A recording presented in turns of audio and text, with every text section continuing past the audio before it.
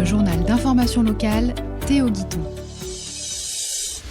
De retour sur RGB pour la deuxième partie de votre journal consacré aux élections municipales du 15 et 22 mars prochain. On reçoit Aurore Ambert, tête de liste Ensemble pour Conflans. C'est dans un instant. On le disait à l'instant, Ensemble pour Conflans, c'est le nom de la liste portée par Aurore Ambert. Bonsoir. Bonsoir. Bienvenue merci. sur RGB. Eh bien, merci de m'accueillir. Ancienne membre de la majorité de Laurent Brosse, que vous avez quitté après le retrait des délégations de vos collègues Michaël Littière et Youssef Méniard-Aubry en juin 2022. Après un passage dans la majorité et dans l'opposition, est-ce qu'aujourd'hui, vous estimez qu'il faut changer de méthode ? Alors oui, tout à fait. On va vers un changement de méthode. Avec mon groupe Ensemble pour Conflans, on est sur une méthode 100% citoyenne. On va à la rencontre des habitants de Conflans. Lorsque j'ai donc annoncé ma candidature au mois d'octobre dernier, on a lancé une grande consultation citoyenne avec un questionnaire en ligne et nous avons également fait du porte-à-porte pour aller vers ces habitants, connaître leurs besoins, savoir ce qu'ils n'allaient pas, ce qu'ils attendaient. Et je pense que voilà, c'est une méthode quand même de terrain qui nous correspond plus à ce qui était pratiqué avant. Ça pousse à un enjeu aussi de démocratie participative. Ensuite, une fois élu, vous continuerez de consulter les habitants sur les grandes décisions ? Alors bien sûr, oui, on l'a vu, certains grands projets à Conflans, comme je pense à la place Chenevière, a fait l'objet de nombreuses réunions publiques, où on avait l'impression effectivement que les projets étaient déjà actés, les décisions étaient déjà actées, que c'était juste une présentation aux habitants et non pas une consultation des habitants avant de consulter les cabinets, les promoteurs. Qu'est-ce qui est sorti de ces consultations des habitants aujourd'hui ? C'est quoi les grandes priorités pour les Conflanais ? Alors les grandes priorités pour les Conflanais, on les a identifiées grâce justement à ce questionnaire. On a eu des centaines de réponses. Les Conflanais veulent qu'on améliore leur quotidien, tout simplement. Ils ne veulent pas de grandes promesses. Ils veulent une ville qui les accompagne dans leur parcours de soins, qui accompagne les familles monoparentales. Ils veulent une ville qui soit tournée vers l'avenir et surtout une ville, alors ça c'est des priorités effectivement très proches du quotidien, des priorités, la propreté et la sécurité. On va y revenir sur la sécurité, justement. L'engagement, c'est de doubler les effectifs de la police municipale et de passer de 25 à 100 caméras de vidéoprotection. C'est un enjeu aujourd'hui pour vous qui est majoritaire, la sécurité à Conflans ? Tout à fait. C'est ce qui est. Alors, c'est pas la première priorité, c'est la propreté qui est venue en première priorité. La sécurité en deuxième, effectivement. Nous, on le réclame depuis de nombreuses années, ce doublement d'effectifs des policiers municipaux et cet accroissement des caméras, qu'on combinera également avec un CSU, un centre de supervision urbain, avec des agents formés. C'est ce qui est attendu par la population. Il y a beaucoup d'incivilités, beaucoup de vols d'accessoires de voitures, d'agressions également. Donc, voilà. Garantir une ville propre et sereine, justement. Vous en parliez beaucoup de la propreté. Reprendre la compétence propreté à la communauté d'agglomération, en l'occurrence la communauté de communes. Vous estimez que la communauté de communes n'en fait pas assez ? Il faut reprendre en interne ? Alors c'est qu'elle ne fait peut-être pas assez et qu'elle ne le fait pas assez vite. Voilà, on attend plus de réactivité, les habitants attendent de la réactivité. Et c'est pour ça qu'on souhaite reprendre la compétence, tout simplement, mettre des agents dédiés à la propreté qui pourront agir dans les jours très très vite, j'ai envie de dire. Voilà, oui, l'idée c'est d'aller plus vite et d'aller... Plus vite et de ne pas attendre, voilà. Le service public, ça c'est un sujet aussi. Alors on n'a pas entendu beaucoup de candidats sur le service public récemment. D'ailleurs, la création d'une maison France Service, aujourd'hui, il y a une défaillance de service public à Conflans ? Alors il y a une défaillance, oui, sûrement, puisque les gens sont pas très bien orientés, cherchent de l'aide, cherchent un soutien, cherchent un accompagnement. Lors des démarches, je prends un exemple, auprès de la MDPH, par exemple. Je sais de quoi je parle, donc... il faut constituer des dossiers assez importants, de lourdes démarches administratives pour obtenir des aides. Et on pense qu'une maison France Service sera un accompagnement approprié pour les Conflanais. On parlait de la MDPH, on va parler du coup d'accès aux soins et de santé, parce que c'est aussi un grand sujet valdoisien, des Yvelines, c'est un grand sujet d'Île-de-France aussi, et en général national.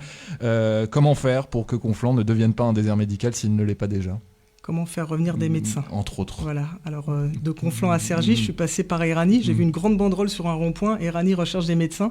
Effectivement, c'est un problème du territoire, la recherche de médecins. À Conflans, on a une maison pluridisciplinaire qui s'est installée dans la zone des Boutteries. Je pense que c'est un modèle à suivre. On doit aider les médecins. Les médecins savent faire, donc il faut les écouter et leur mettre à disposition des locaux. Je pense que c'est déjà une première solution. Et après, les aider, à aider un médecin à s'installer, c'est lui proposer une place en crèche pour ses enfants, un logement. Oui, Voilà. tout simplement. C'est aussi un grand sujet d'attractivité d'un territoire. On parlait de sécurité, on parlait de ville propre, on parle de dynamisme aussi quand on parle souvent de faire venir des médecins puisqu'ils veulent venir dans une ville dynamique. Comment on redynamise cette ville si elle ne l'est pas déjà et comment on va chercher des commerces, des associations, des projets culturels? Alors tout à fait, à Conflans, on a heureusement des commerçants qui sont quand même assez actifs.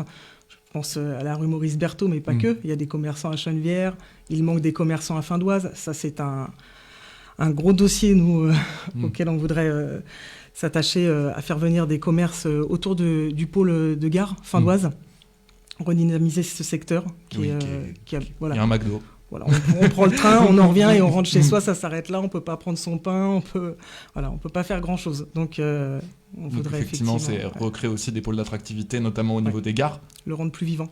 C'est effectivement important. Vous menez aussi une campagne sur la famille, c'est un sujet aussi qui vous parle beaucoup. Être en famille, une famille à Conflans aujourd'hui, ce sera quoi sous votre mandat? Alors moi-même, je suis maman de 2 enfants. Et c'est vrai que moi, j'aime me balader sur les quais, sur les quais de Seine. Et j'ai un projet, qui peut sembler un peu... c'est de faire une ferme pédagogique à Conflans, qui peut être un lieu de sensibilisation au bien-être animal, puisque c'est une cause aussi qui me touche beaucoup, puisque j'ai travaillé 15 ans à la SPA. Voilà. Et la ferme pédagogique, c'est aussi un lieu de promenade pour les familles le week-end et pour les scolaires la semaine.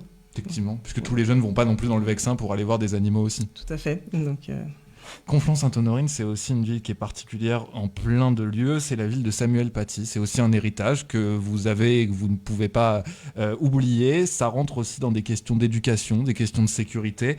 Comment on perpétue cet héritage? Est-ce que c'est via l'éducation aussi? Est-ce qu'on doit faire plus aujourd'hui? Alors, on doit faire plus.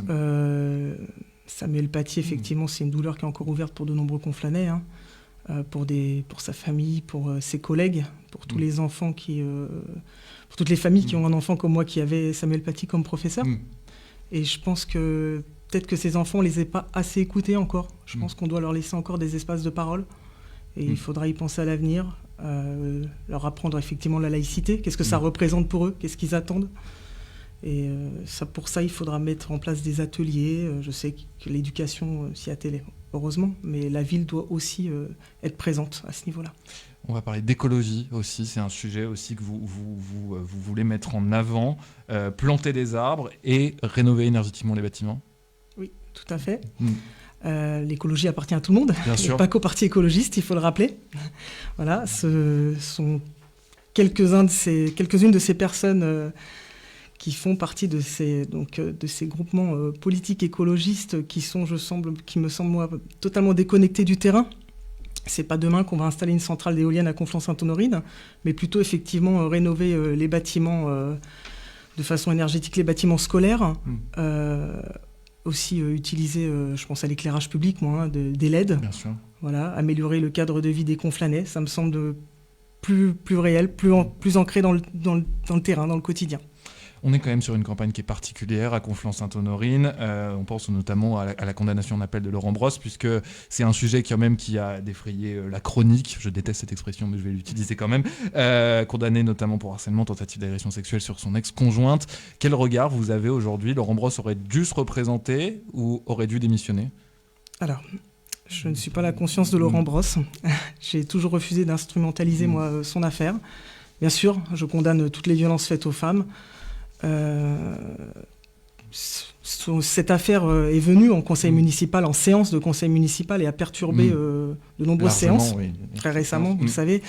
Et même à l'époque, au lendemain de sa condamnation, des élus de son groupe sont venus le soutenir et même applaudir, ce qui était pour moi très, très indécent et irrespectueux vis-à-vis de cette victime qu'on a invisibilisée totalement. Bien sûr. Et pour moi, voilà, c'est très grave. Où est-ce qu'on peut suivre votre campagne sur les réseaux sociaux? Sur les réseaux sociaux, Facebook, Instagram, TikTok même. Bah voilà, tous les moyens modernes ensemble pour Conflans. Donc merci Aurore Rambert d'avoir été avec nous. Merci à vous. Vous êtes tête de liste ensemble pour Conflans. On se retrouve dans quelques minutes sur RGB pour un nouveau rendez-vous des élections municipales 2026. À très bientôt.